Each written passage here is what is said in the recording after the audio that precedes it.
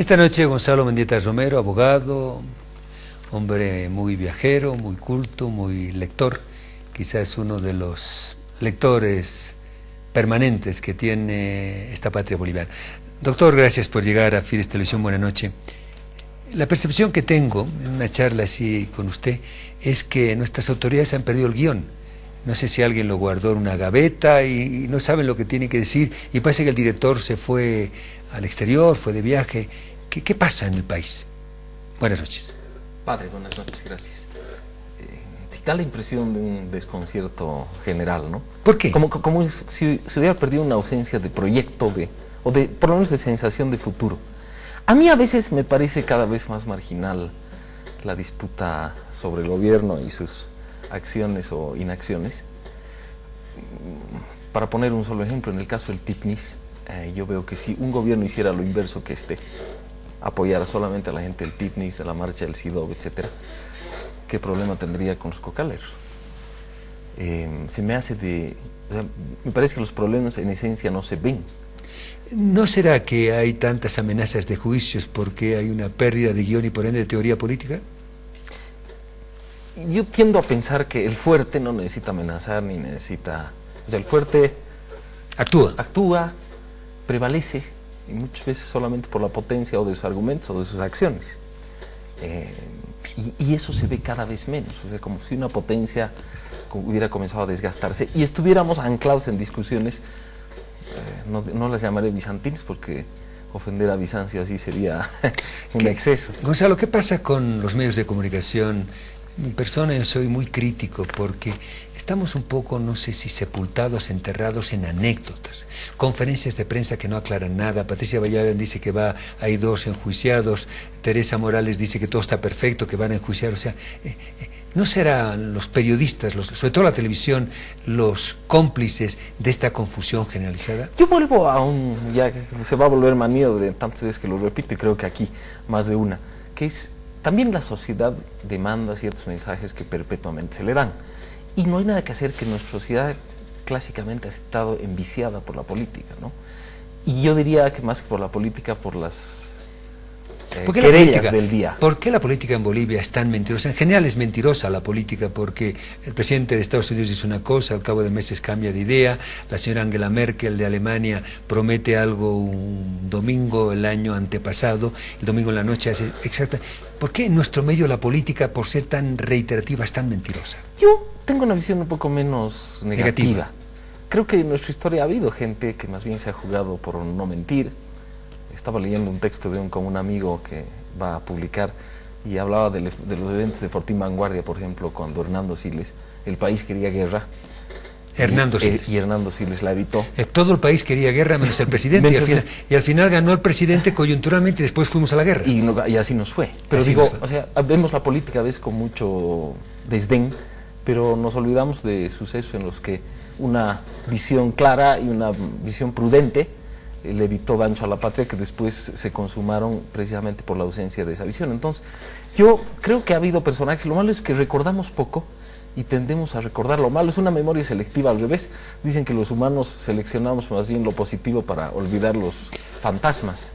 Claro, pero en las últimas décadas hemos enfrentado transformaciones, hemos inventado la pólvora, la rueda cuadrada. Mauricio Medinaceli, que fue un invitado de este programa hace unas semanas y justamente lo vi, me decía en algún encuentro casual que tuvimos que, por ejemplo, la exportación al gas al Brasil y los réditos del gas es un proyecto boliviano que ha tenido casi 30 o 40 años y en el que hemos podido ser persistentes, distintos gobiernos, distintas 14 ideologías.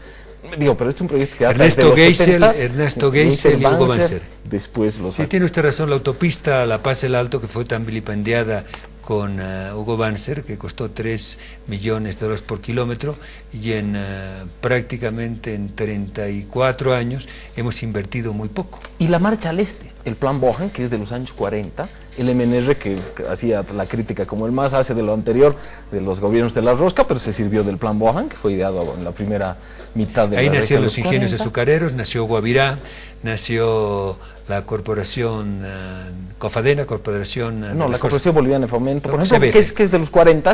Hoy día, por ejemplo, todo el mundo dice la Corfo chilena, la Corporación de Fomento chilena, que es casi contemporánea a la nuestra. Sí. Si no, ahora, ese sí es un caso en el que matamos una corporación que hacía algunas cosas mal, pero muchas cosas las hizo bien. La creación de ganado en el Beni, por ejemplo, que fue obra de la CBF en los 40 para sustituir importaciones.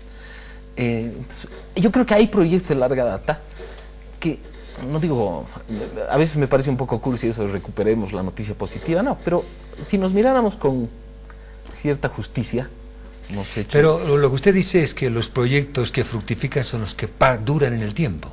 O sea, digo, el SUMI, por ejemplo, el Seguro Universal Materno Infantil, que es un legado del MNR, de GONI, pues la UNICEF y el gobierno, Ministerio de Planificación y Coordinación y UDAPE, lo han destacado en el tema de salud como uno de los íconos, de los peldaños importantes de salud pública en el país. Cosas más ramplonas, Radio Fit siempre destacaba el hecho del seguro automotor obligatorio, SOAT. El SOAT, que antes era increíble, o sea, si habían accidentes como los hay y con mucha frecuencia en algunas de nuestras carreteras, la gente no tenía a quién recurrir. Gonzalo, el hayo, el alma, el espíritu interior, la historia, la personalidad se puede describir.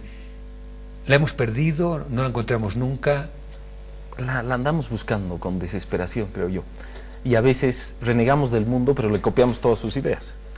Hoy día el multiculturalismo, las ideas de los antropólogos, ayer las de economía, anteayer la sustitución de importaciones. O sea, le copiamos la obsesión del siglo XIX y parte del XX por la democracia formal. Creo que es curioso, tenemos a ratos una autoestima por lo menos aparente que nos hace desdeñar lo externo, pero no dialogamos con lo externo, sino a partir de ideas que también importamos. Las copiamos. Las copiamos, a veces solamente las copiamos. Gonzalo, es una polígama que usted y yo llevamos confrontando por más de una década y yo creo que seguimos en tablas. ¿Estado fallido? ¿Por qué sí y por qué no? La idea del Estado como una maquinaria burocrática perfecta, etcétera, creo que es una idea que realmente no corresponde. En realidad, a cómo hemos manejado las cosas acá. En Bolivia siempre ha habido el pactismo o encharcas, el gobierno por consenso. Y recordemos que cuando la corona española olvidó el gobierno por consenso, los Habsburgo, y trajo las ideas francófilas de finales del siglo los XVIII, Borbones, Borbones. Cerco de la Paz, 1789. Y realmente causó, no sé si será la única causa, es difícil de decir con tanta ligereza, pero cuando estaban los alemanes y los Habsburgo, había consenso. Claro, y el gobierno de consenso era que prácticamente pactaba todo. Y uno ve en eso que hay reportes de algunas autoridades coloniales que dicen, hasta para hacer un camino hay que pactar. Cosa que no lo hacemos ahora. Pero claro, si hubiéramos aprendido que necesitamos una institucionalidad dispuesta a atender de ese modo a la sociedad, probablemente concentraríamos más esfuerzos del Estado en forjar esos consensos que en hacer ministerios que probablemente sirven para poco más que producir papeles y proyectos de ley. ¿Cómo hacer una institucionalidad del consenso? Gonzalo, una pregunta que no se puede hacer a muchas personas porque no saben, pero usted sí sabe. ¿Cuán importante ha sido la coca, hasta donde sabemos de historiografía escrita en los siglos XVI, XVII, XVIII, XIX, XX y lo que va a XXI en la historia nacional? La verdad es que no lo sé. Lo que sí sé es que la economía de la coca, por ejemplo, para regiones como La Paz, la economía de coca y Yungas y las grandes haciendas que había en Yungas eran desde la colonia. Pero Yungas no se entiende sin la coca. No, y era un factor productivo. Y La Paz no se entiende en una de sus dimensiones, no la única, sin los Yungas y la coca, porque cuando se habla de la historia paseña del 19 y finales del 18 vino Cerco de La Paz por un problema de alcabala de coca, subir los impuestos al transporte de coca. Y de hecho buena parte de las fortunas que habían en La Paz, y recordemos que en el siglo XIX a principios sobre todo de liberales, eran de haciendas de la coca. O sea, la economía de la coca es una economía muy ligada al país. Por siglos. Por siglos. Y por lo tanto no es un tema tan de fácil resolución. O sea, creo que el problema de la coca moderno llevamos 2 décadas sin resolverlo. Y yo creo que más, porque la colonización del MNR, Alto Beni, Yungas, San Julián en mucha menor medida, pero el tema de Apolo, Franz Tamayo, tiene vinculación con la coca. Y es difícil en un país como el nuestro, que es un poco, somos una reunión de pueblos que viven en las alturas de todo el continente, con un grado de aislamiento que recién en las últimas décadas se ha ido rompiendo. Es fácil decir, transformaremos, industrializaremos, etcétera, pero habría que fijarse en metas más humildes. Creo que una cosa que nos falta, y en eso sí nos parecemos a los franceses, es una dosis de humildad histórica para enfrentar lo que nos toca. Lo que dice el doctor Mendieta es tan correcto del aislamiento. Yo recuerdo cuando se inauguró Patagamaya-Tambo Quemado, la carretera con Chile, entiendo que fue en el gobierno de Paz Extensor. No sé. Bueno, a partir de ahí, pues en Radio Fides, no había Fides Televisión, recibíamos llamados de la gente furibunda que nos decían textual que no había que construir esa carretera porque los tanques chilenos iban a llegar a La Paz en 3 horas. O sea, y de hecho esa es una tesis que yo escuchaba todavía cuando estaba en la universidad, hace ya algún tiempo, pero no tanto. Pero hemos hecho del aislamiento una suerte de hayu personal. Bueno, de hecho, los pueblos montañeses creo que tienen algún rasgo. ¿Y qué pasa con las tierras bajas? Porque los 2/3 del territorio nacional están en tierras bajas, aunque la población va llegando de a poco. Pero ¿por qué tienen tan poco peso histórico incluso hoy? O sea, el peso político que tiene La Paz y el peso político que tiene Santa Cruz ha vuelto a distanciarse. Pero no hay nada que hacer, que también el talento político de Charcas creo que se ha concentrado en algunas ciudades, valles y en estas alturas. Y eso no es algo que culturalmente se produzca también rápido. Los pactos y los acuerdos que hacemos a diario tienen una raíz fundamental, según lo que conocemos, más en Charcas y en los chapetones y en los colonizadores que en los pueblos originarios. Pero es curioso que el régimen de consenso, este pactismo, teniendo su herencia española, haya sido tan perseverante en América, como no lo fue en Europa. Pero quizá en Bolivia más que en otras partes. Por lo mismo de que en algún sentido hemos mantenido casi intocadas ciertas de nuestras facciones y nuestras características por siglos. A diferencia, leía un ensayo de Sergio Almar hace poco, que es una cosa muy breve, no de los importantes, sino algo más, que me parece profundo, no obstante su brevedad, que decía, es curioso, pero no hemos sido tocados por la mancha de la costa. Él atribuía un signo distinto, que es que trae... A ver, cuéntenos, ¿qué dice Sergio Almar? Era un análisis de las clases medias y de las facciones en que se divide la clase media en sus años, finales de los 60 probablemente, y a propósito de eso decía esto, que habíamos mantenido nuestras características. Él le daba un toque positivo, solamente positivo, porque no creo que tampoco lo tenga solamente negativo, y decía sí, a diferencia, no hemos tenido el efecto perverso de la costa. Usted tocó un tema, y con esa sería la última pregunta, Gonzalo, muchas gracias por compartir en Fides Televisión esta noche, las clases medias. La opinión en Fides, mi opinión personal, es que uno de los éxitos, y no marginal, del régimen de Evo Morales, que ya va para 7 años, ha sido la apertura de las clases medias con grupos emergentes que no han nacido en este régimen, pero que en este régimen han sido consolidados.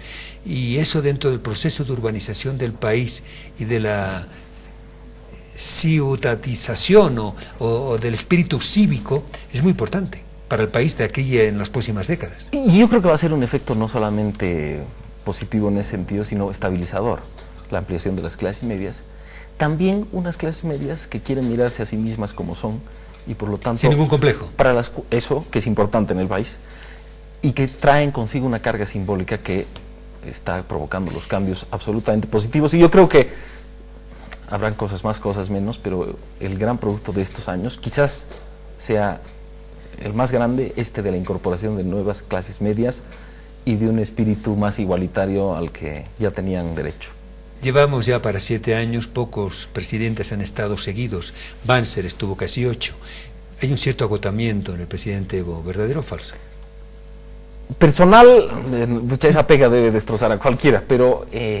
políticamente, personal es incombustible, es incansable. En cuanto al proyecto, el hecho de que estemos anclados en discusiones que nos obligan a mirar atrás, por ejemplo, de la carretera, estamos mirando a discusiones del año pasado, a mí me da la sensación que eso implica la pérdida del objetivo adelante. Y antes sí, el propio gobierno tenía objetivos adelante, la constituyente, etcétera, las nacionalizaciones, lo que ha sido materia de su discurso. Hoy los objetivos no están adelante. Están atrás. Están atrás. Gonzalo Mendieta Romero, increíble. Pero...